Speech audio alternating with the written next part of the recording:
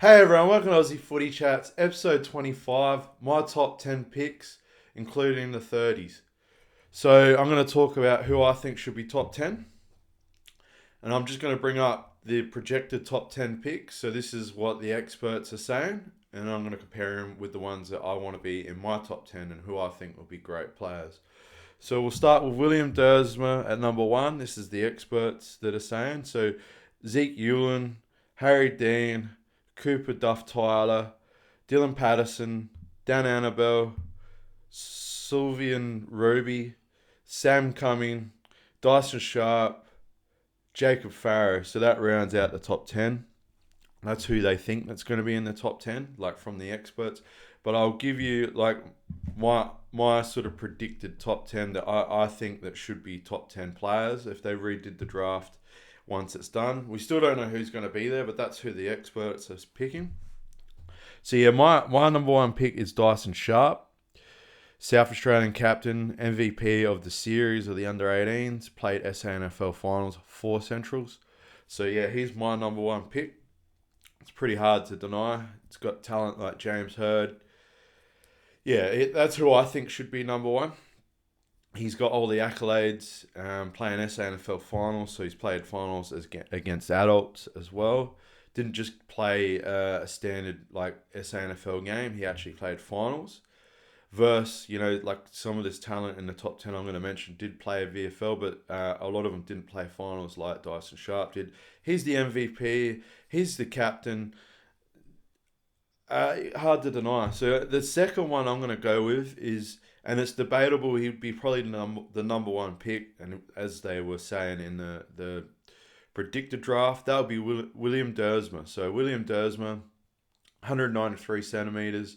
The next Bontempelli, the Dersma family from Xavier in 2018 to Zane Dersma in 2023 and his sister in 2022, Yasmin Dersma in the AFLW. So yeah, it comes from a great family.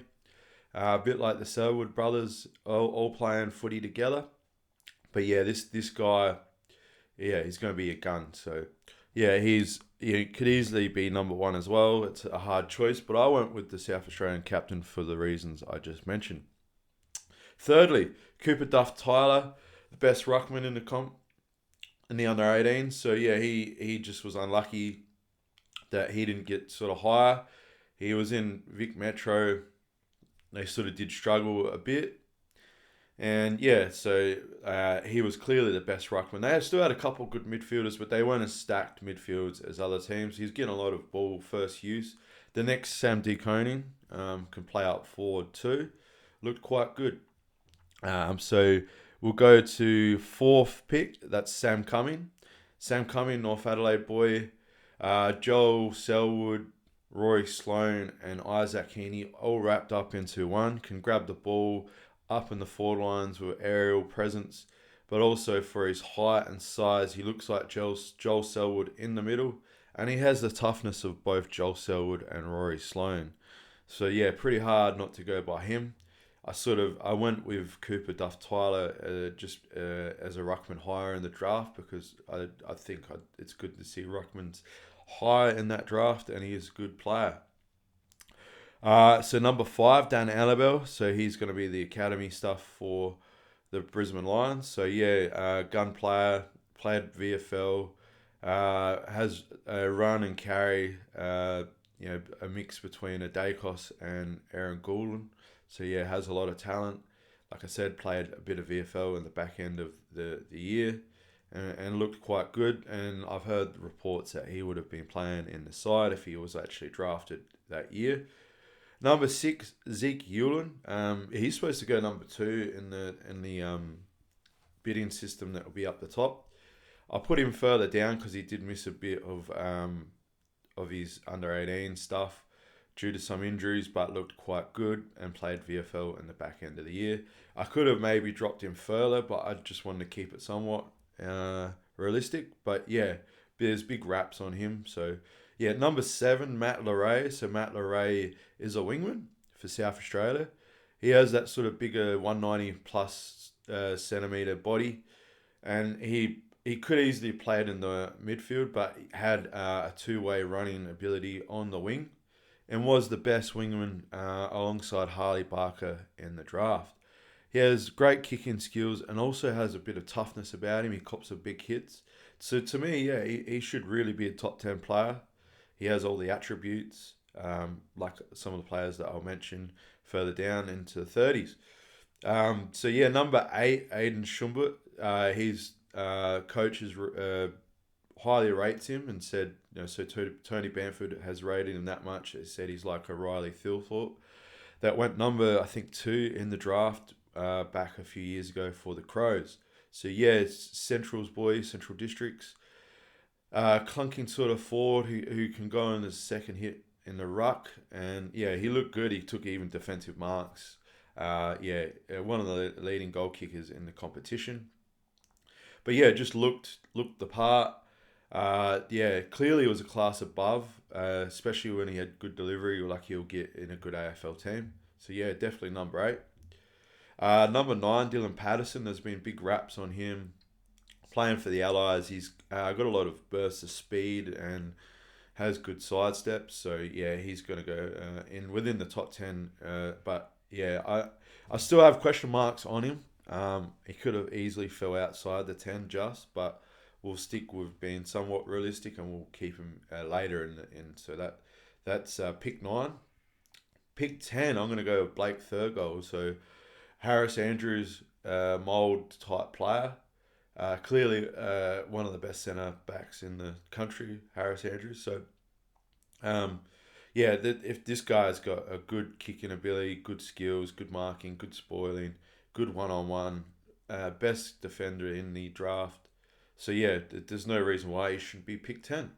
So that wraps up my pick 10, top 10 picks. So I'm just going to quickly go through from what I think from 10 to 30. So we'll quickly get through this now. So I'm going to go pick 11, Jet de Soutes. He hasn't even been listed in the top 30. Look, he's the best halfback, best kick in South Australia, who's the undefeated championship sides. This guy is going to go into the late 30s to 40s, and whoever gets him, please just pick him up. Give this guy, I honestly think he should be a pick 11. He's the best halfback in the league. He's got Dan Houston's abilities. He can kick from 50. We hear a lot about Josh Lindsay, who I mentioned in a minute. He was better, if not better than Josh Lindsay. So I don't know why there's a bias towards that. Just, yeah, that's the one for me. Pick 12, Harry Dean. He's supposed to go quite higher in the draft, but he's a good centre half back.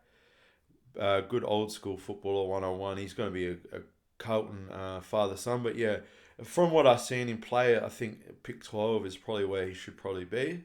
I think he's still a good player, but the others that I mentioned, unfortunately, sort of take that role. And so they've pushed a lot of the centre-half backs or full-backs further down the draft, so I think that's where probably he should sort of be. But yeah, it doesn't mean he's not a top 10 player, but still good enough. But it may just fall where people want to use Carlton's bidding picks and push that up. So number 13, Blake Odisha-Byrne. He's been to the combine, but hasn't actually been put in the top 30 either. He has inside midfield skills and also down forward, a bit like a Dylan Moore, almost like a Zach Butters as well. He has toughness. He's not afraid to put the head over the ball. But yeah, I see very much a Dylan Moore in him. And whoever picks him up later in the draft, you're going to have a steal. I've made it quite clear he could almost be a top 10 player. And deserves it because he made it in the midfield in a stacked midfield, South Australia. So we're going to go 14, Sylvan Roby. He's obviously a midfielder, quite talented. Has a bit going for him. He's got the outside and the inside stuff. Not a good size, probably ready-made for AFL too. And that goes along with pick 15, Oliver Greaves, Patrick Cripps type player. Love the way he goes about it. He got crook before the combine. Played for Vic Metro. I think if he was Vic Country's team and the way they played quite well, unfortunately lost to South Australia in the championship, he probably would have been higher. So he just didn't have enough around him to probably make him look like a better player. But he is going to be a star. And I've also lost 6 kilos going in the combine, which I don't think will affect him getting drafted, but it'll probably push him down the order. I would. Yeah, I was almost wanting to put him in the top 10 too. I just like the way he goes about it. Josh Lindsay, I mentioned, Vic Country halfback, one of the best ball users in the competition, along with De Hiltz. So he's in that bracket. Great talent, main distributor for Vic Country. So yeah, second best halfback. There's no reason why he shouldn't be in the first round. Jacob Farrow, WA player, has all the skills, got inside and outside, probably more of an outside player, but looks quite good. WA's best player, so that has him in the 17. Mitch Marsh, so that rounds out my first round draft picks. He's the leading goal kicker and also the South Australian mould of a Jack Gunston type player. So yeah, Jack Gunston's bringing a few premierships to Hawthorn and being a great player. Just this last year gone with one of his best years in his career. If he can have a long career like that, someone's got a good winner. Xavier Taylor, defensive player for Vic Country, good player. Sort of my pick 20, Harley Barker. So yeah, he's a wingman for South Australia. He's projected to go about that spot. Great speed and burst. Knew how to find the ball. Made the most of the ball. Yep, great player. Sam Gaji. Bit of Zach Butters about him. Running off the halfback. He's projected to be picked up by Hawthorn. Cam Naan at pick 22. He's a third forward in the South Australian lineup. Good sort of player, Bailey Fritsch sort of type player. Javen Philippou, so brother of Matisse Philippou. Got to probably play on the wing, also an outside mid. Got a bit of forward craft too, so quite happy with him. We're gonna go with Latrell Pickett at number 24. Like to look about him. He's pretty good.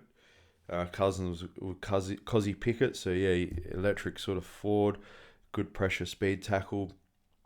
Then number 26, Noah Roberts Thompson. A bit of Cam Rayner about him. Underrated player, one of South Australia's tough players that can play a hybrid role, whether it's in the middle, very much a Cam Rayner build.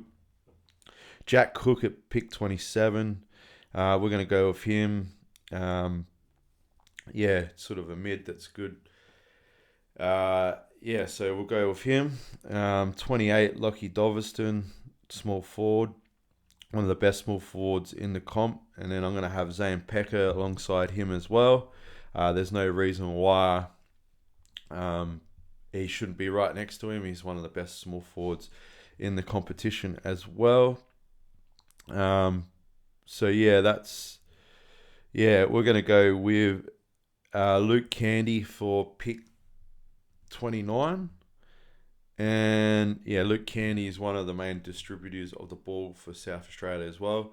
Can play that mixed role between forward, midfield, back, so he's quite good. Got L talent. So I'm just looking up one more that I can add in for that, I think. So we're going to pick my 30th pick, so I can round it out.